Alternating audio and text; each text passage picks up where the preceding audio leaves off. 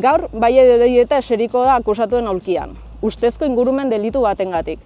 Herri akusazio gisa aurkeztu garen erakundeetatik, Sustrai Erakuntza Fundaziotik eta Greenpeacetik, esperantza dugu epai eredugarri bat emango dutela, eta enpresak bere delituzko jardueragatik ordain dezan, balio izateaz gain, abeltzaintza industrialaren eredu suntsitzailearen eta bero makrogranjen aurkako borrokan aurrekari bat jarriko duena.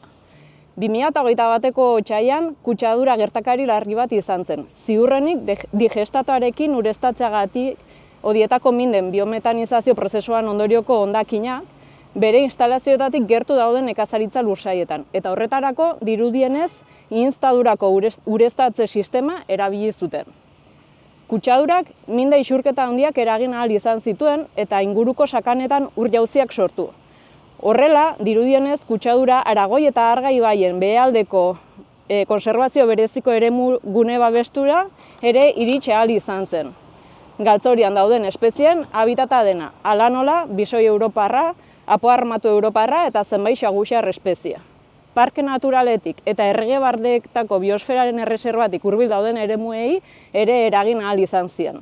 Herri akusazioa osatzen dugun erakundeek ordeak akusazioak zuzendaritza kontseilu guztia osatzen duten pertsona guztiei helarazi nahi diegu eta era berean zigor eskaerak 3 gartzelaz urtera arte luzatzen ditugu.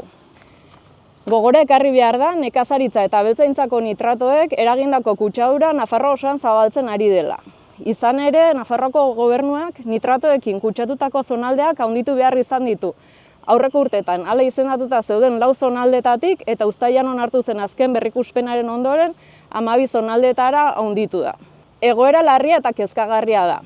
Eta zuzendu beharrean, Nafarroako gobernuak abeltzaintza eredu industrialari eusten jarraitzen dio. Eta horrek ondorio onartezinak ditu osasunean, ingurumenaren kalitatean eta tokiko abeltzaintza sarean. Uste dugu, Nafarroako gobernuak makrogranjen zaintzan eta kontrolean egiten dituen jarduerak ez dira nahikoak izan. Ez dutelako balio izan, ingurumenarentzat arriskutsuak diren horrelako egoerak prebenitzeko. Hori dela eta, berriro eskatzen dugu Nafarroako gobernuaren inplikazio eraginkorra eta bere ardurakoak diren gune babestuen defentsan eta integritatean bai eta Nafar guztien osasunean ere. Era berean, Nafarroako gobernuari jarrerak hementsu exigitzen diogu nekazaritza eta abeltzaintza sektoreko lobby industrialaren aurrean. Hori dela eta eskatzen dugu nekazaritza eta abeltzaintza eredu industrializatuaren aldeko apostua alde batera uzteko eta horren ordez tokiko sistema agroekologikoa bultzatzeko deskonzentratua eta lurraldea zaintzen duena, osasun publikoa eta bertan lan egiten dutenei bizi baldintza ekonomiko eta material duinekin landa eremuera itzultzea bultzatuko duten talka politika publikoekin.